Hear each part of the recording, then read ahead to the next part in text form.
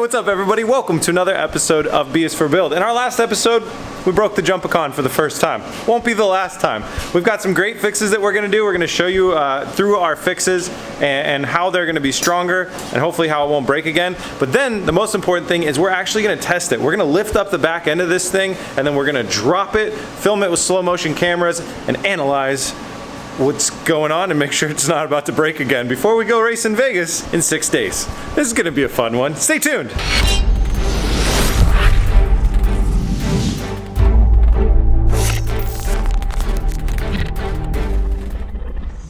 All right, we've got two failed lower trailing arms. This is the passenger side. The driver's side has a broken nut in it, and then this one has the nut completely ripped out of it and is dented. We're gonna show you the fix on one of them and apply it to both of them.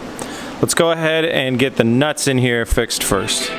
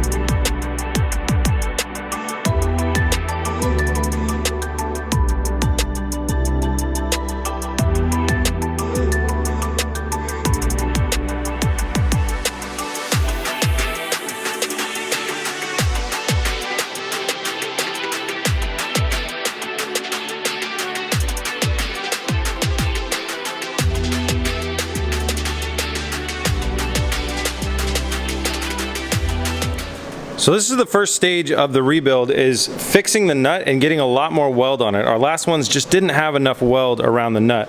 We got bigger nuts as well, so they have a lot more surface to weld too. So found a bigger nut, Oscar got the thing inside there and was able to weld the face and the sides of it as it came in here and then weld this all back around. So much stronger situation for the nut. Oh, and some plug welds on the top. But that's not the only fix that we want to do to this, because that's just this part and we're basically building it the right way, but it seemed like it might need a little bit more support. So let me show you kind of how this was set up. Imagine there's the uniball from the other control arm right here where my fist is, and then this thing gets screwed in here. This is what's called a single shear point. It's hanging on here and the bolt runs in here and all the torque is going up and down this. A single shear point right here. We want to go ahead and make this thing double shear. Somebody at the Gambler 500 pointed this out as an idea and it really stuck with us as a great idea. So we're going to be, Oscar's got a cardboard template and we're going to be expanding. Does it go like this? So we're going to be building more metal structure and welding it onto the existing one. It's going to come out and then come over here and the bolt's going to go through it. So when the bolt goes through here and then into there, it's a double shear point. So the force will be distributed right, or the force will be exerted right there, and the bolt will be held by the back and the front. This is some pretty cool stuff that I just learned about. It seems pretty obvious once you see it in person, and that's a great way to engineer a stronger piece and a little less torque on this part of the bolt going into the nut right there. So we're going to go ahead and plasma cut out this out of all the steel and get it added onto our first one.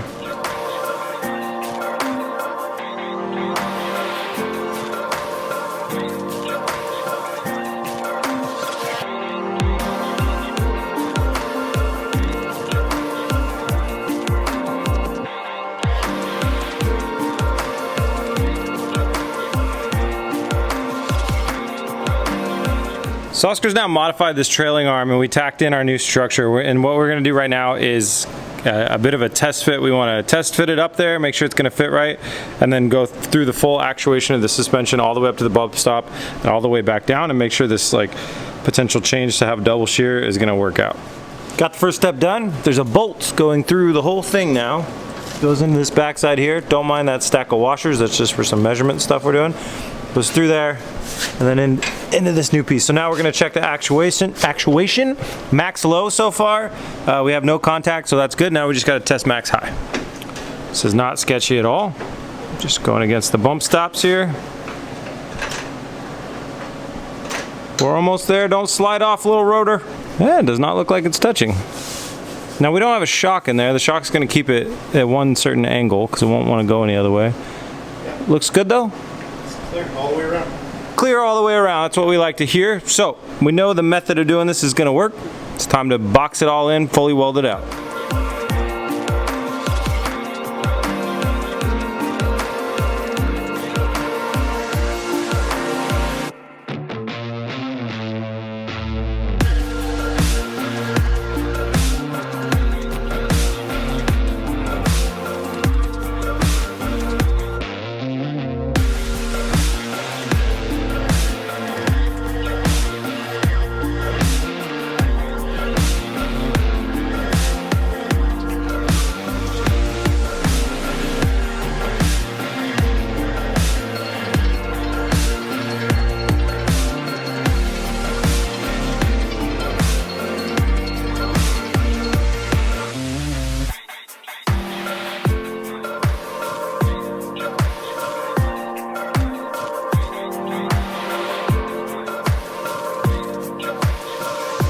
Oscar got these trailing arms all modded up and bolted back in. So you can see now it goes in, goes underneath the lower control arm and back on the other side where the bolt goes through. So now it is a true double shear and will be a lot stronger.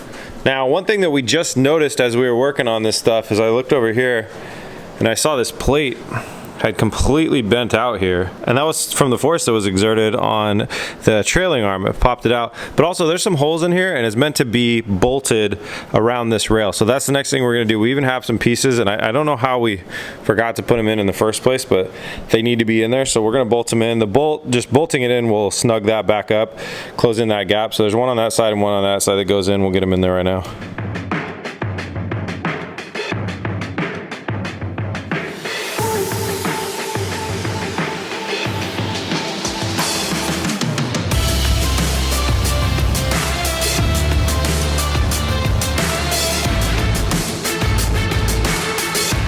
All right, time to put the engine back in.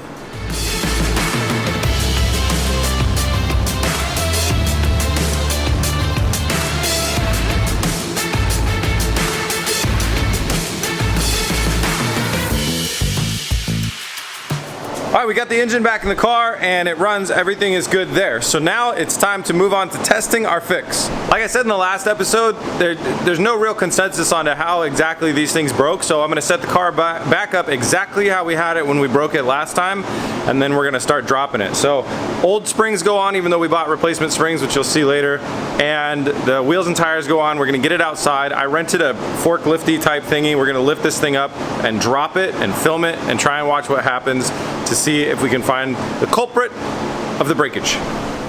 Well, this is the craziest thing that we've ever done. We rented this bad boy, put a strap around the back of the jump con. We're gonna lift it up with the forks, and then to get it off, I just pull on the front of the jump con. It kind of brings it this way and drops it back down. We did one test, it did this. We have high-speed GoPro cameras placed strategically around the back to monitor the different suspension components. There's one back there as well. So we should be able to see everything when it goes. So we're gonna go ahead and set it up for the first test. This is gonna be just the tire maybe an inch off the ground, and then I think we'll do like 6 inches and keep bumping it up 6 inches, 6 inches, 6 inches. Because I reviewed some footage yesterday and found out that with our tires at full sag, we still had about a whole tire width of space underneath it the last time we broke this thing. So that's like tire 37 inches off the ground, 35 to 37. So yeah, I'm nervous. We have to leave tomorrow for Vegas to go race this on the Mint 400. I hope we figure out what's wrong before we break something else. We'll try and take it away from you. Testing's going great. Slowly but surely getting a hang of this. So that was about an inch off the ground. Now we got to go multiple inches off the ground. 6 inches? Yeah, about. A little more. There we go. A little extra. Ready? Yep. This is fun. I like this game. It scares me every time. Really?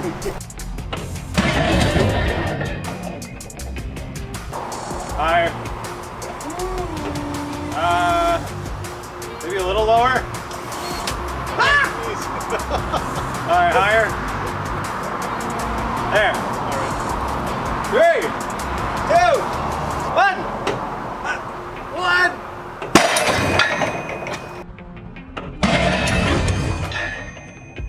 All right guys, so far our drop test, we've reviewed all the footage. We're not seeing anything that is damaging any components. That's good, but that means we still haven't figured out the source of the problem that originally broke the thing. So we're gonna give it one more drop test from as high as we can bear putting it up. Basically, we changed up the camera configuration a little bit more, and if we drop it in this time and everything looks completely right, then that's all we can do. The mystery will remain a mystery, and we'll just go racing until we break it again. 25 to 30 inches in the air. Oh my God. Are we really gonna do this? I think so. A little more, fuck it. Oh God. All right. Dripping out of it. This is it. 3, 2, 1.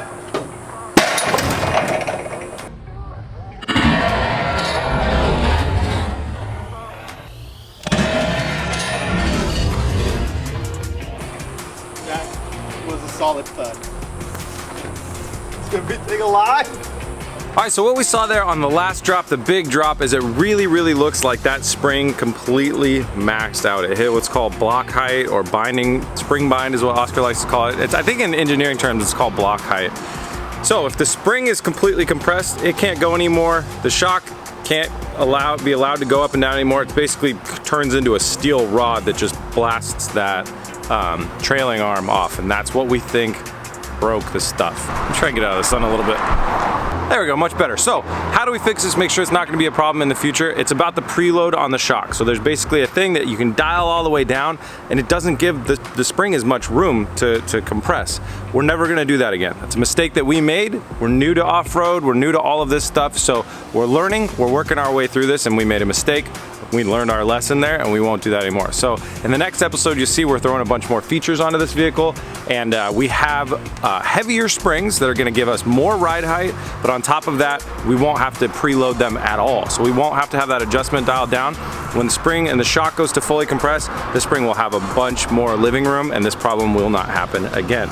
But I think it's safe to say I'm feeling pretty good about our changes, our fixes, and everything like that. I mean, we just dropped this thing really high up, so. Pretty cool, man. I'm excited. I also talked to the guys that make the shocks, got all sorts of like tuning information and great stuff from them about exactly how we should have this thing calibrated for our first shot in the desert. Another lesson that I should have learned beforehand, but now I know it. Now I got the information. We'll apply all that in the next episode as well. And then we're heading off to Las Vegas to go race this thing on the Mint 400 track to give it a test and see how it's gonna do. Thank you guys all so much for watching. Thanks for joining in. I hope you'll join us for the next one. Hit subscribe if you don't want to miss any episodes, and I'll see you soon.